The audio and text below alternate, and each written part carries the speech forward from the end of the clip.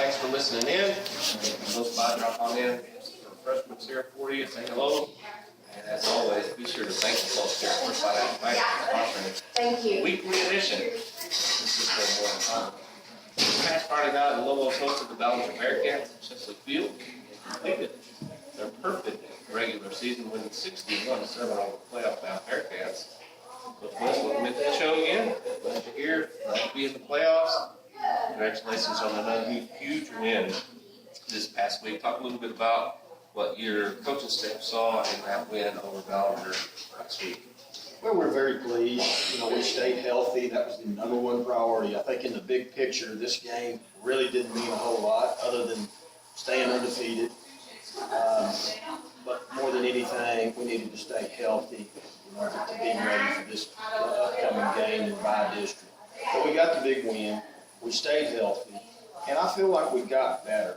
And that was the next priority. Find a way to get better. Use Ballinger as an opportunity every single play to improve in some part of our game, and I felt like our senior leadership helped get that accomplished. We had a great practice going into that game when it really didn't mean a whole lot, the big picture, and we got better. So very, very pleased and excited about the victory and being 10-0 in district champs. You mentioned health. One of the keys to your success moving forward into the playoffs is the overall healthy team. You mentioned there were no major injuries. Not only coming out of the game Friday night, but all season, knock on wood, we've been able to avoid anything serious last night. A few dings, a few nicks here and there, but overall everybody's doing pretty good headed to Sweetwater tonight. Definitely, and we're, for the most part, we're very healthy. Vernon tweaked that hamstring again. I think he'll see time tonight. It may be limited, but to be, if that's the worst injury we've got all year long at this point is pretty rare, and it's definitely one of the reasons we're 10-0 right now is health. Before we get into talking about our opponent tonight, let's visit about the performance of this squad. In your mind, go back, if you will, with me to the very beginning of August. You guys come out for summer workouts in August, 2 days. What have you witnessed take place from that beginning of the season over the course of about 15 weeks to where we are now, 16 weeks or so, I guess? Where is the improvement that you wanted to see, and then maybe something that you've seen that you really didn't expect to see that's taking place with this team? Well, to me, this team started out good. We were good in the scrimmage. We could beat a lot of good football teams right after 2 days. And that's, you go back in time to the 2011 team, that wasn't the case with that group.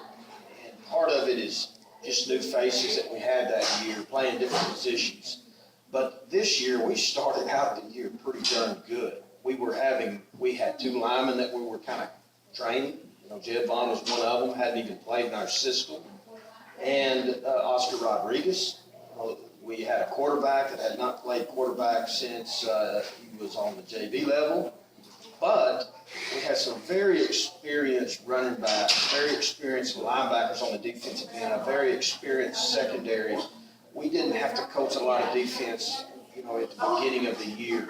So we lined up and we knew we were going to be pretty good from the get-go. Now, have we improved? And that's the biggest question. The 2011 team improved every single week to the point that they made a run to the state championship. I feel like we have improved with this team as well, but we haven't had a whole lot of help along the way, and I don't know how to say that. Certainly don't want to seem overconfident, but our district was not quite as strong as it was.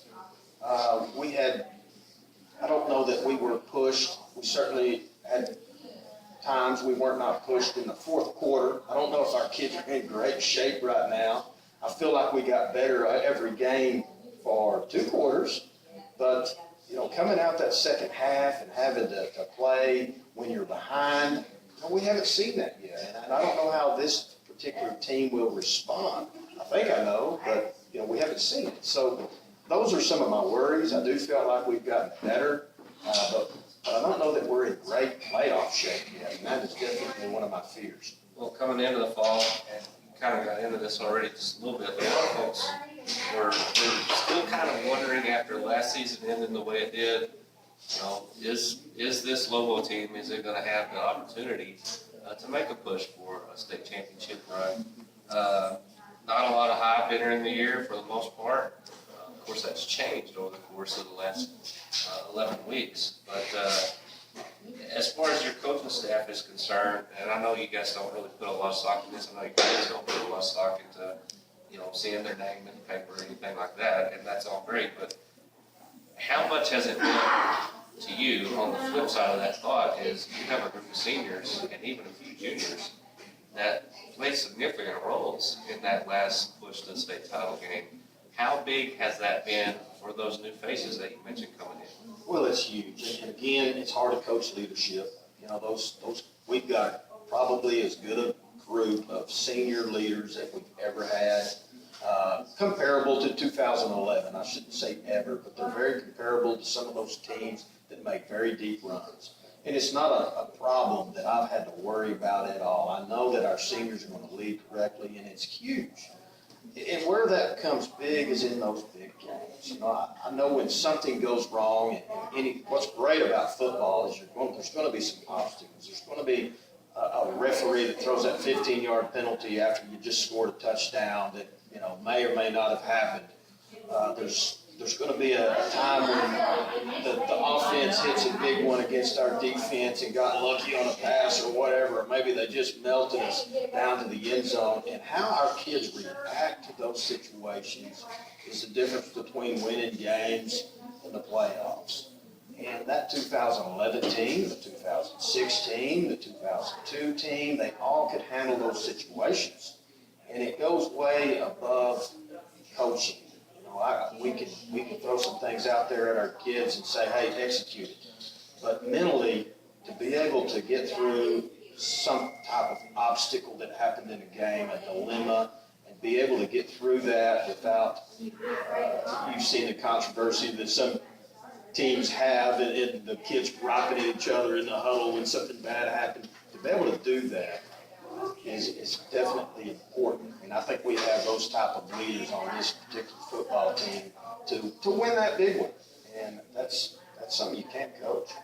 I think it's huge. You mentioned senior leadership. We've got a special guest in here with us for the second segment, one of our seniors, and we're going to be back and bring that part of the Cisco Morning Huddle to you here after we take this break. Once again, we're live at First Financial Bank.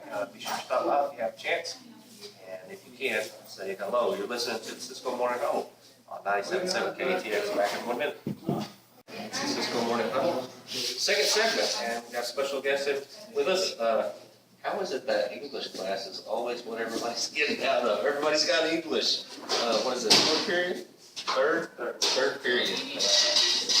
We've got Dustin McBride, one of the seniors, here with us, starting center for the Lobos, and also starts on defense at the defensive end position. Dustin, welcome in. Congratulations, undefeated regular season. That's good stuff. Thank you. Talk a little bit about, you made a position change on offense this year. Talk a little bit about dealing with the move when you were a guard and now you're center. How's that gone so far this year? It's been a little challenging because it's not the same when you don't have the ball in your hand or snap. Yeah, when you make a mistake, everybody in the crowd knows what happens, and that can be a challenge. You've handled it well though. I can't think just off the top of my head. I don't remember any snap problems through the season so far. So that's always big. You're also the deep snapper. A little bit of pressure there too. A little bit. Let's talk about your senior. You played a huge role in the run to the 2011 state title game. Can you make comparisons this year to that year in your mind? Is there a lot the same, or is it a whole lot different? Just talk a little bit about, from your perspective, what you've seen this year compared to that season. Well, we've had the same mindset throughout the year to try to get better every game and try to get the W on the list. Defensive side of the ball, you guys have looked really impressive. Early in the season, you had Godley and Stanford back to back, and you guys shut them down. I mean, I know they got a few points, maybe a few of them a little cheap at the end of the game, but you guys have been doing a great job on defense. How fun is it to get out there? You've had a bunch of sacks, a bunch of quarterback pressures this year, tackles for loss. How fun is it on the defensive side of the ball for you guys this year? It's pretty fun being able to just go out and play harder every game and do what Coach Russell tells us to do. Right. Every once in a while, it looks like you get a little bit excited. Anybody ever give you a hard time about that, or a little bit? It's hard sometimes to contain that, though, right? I mean, you're out there, you're playing a very physical game. You know, you can go maybe a few plays and not have any success, but then when you finally break loose and say maybe get a quarterback sack, that's got to be pretty good. Feels good. All right. Okay. I think you're gonna have to help me remember this. The play, I think it was either the Godly or the Stanford game. You hit the quarterback, and he's like trying to throw the ball, and Vernon picks it off in the air and takes it all the way back for a touchdown. Describe your thoughts as you see Vernon just blowing down the field for the school. I was a little surprised because he was 240 pounds at the time, but see a big old boy like him running around the field. Pretty exciting to see that for everybody, except for everybody in the other color. Yeah, they're not having so much fun. Give us a little bit of perspective. You're on the offensive line. You really don't, you guys don't have a lot said about you, like you say, unless something goes wrong. But you guys have led an offensive unit this year that nobody has an answer for. How does that make, how do you guys stay motivated as offensive line when you're not really getting your name in the paper or anything like that? Well, I guess just because we know what our job is, and that's to get our blocks every play. And we have running backs who keep us motivated. They give us high fives in between plays, so it's a good job. Team effort, definitely. Now we get to the fun part of the year, but it also can be extremely stressful. Coach West was talking just a minute ago about, really haven't been tested. Not saying that might or not, that may or may not be the case tonight, but at some point it's coming. What is it in your mind that you guys as senior leaders need to do to keep everybody focused and not to have a letdown going forward in a game? Well, we try not to be arrogant in this, but some of us were on that last long run, and just from what we were taught by those seniors, we try to transition that to the younger kids. For the most part, you just keep your mindset straight, and go harder and play. Never get too high, never get too low. For you, getting to this point, you're senior leader on the team.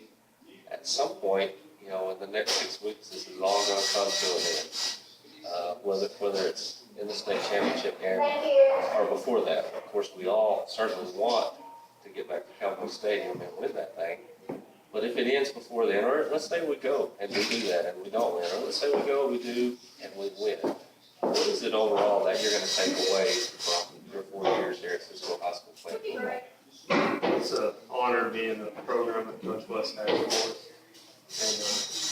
and been able to do it with this group of guys for all 4 years. Even since 7th grade. You guys have a lot of community support, I'm sure, as you go around town, see people pat you on the back, do a good job. What do you think it means to this community for you guys to be able to accomplish the things you do?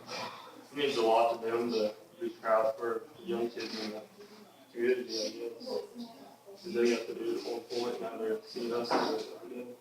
A lot of fun though, right? Oh, yeah. I mean, when you come off that field like tonight, it's kind of been, I suppose everybody does this, but playoff games, everybody comes down on the field after the game, hangs around for a long time. You get pictures made with your family and a gold ball or whatever.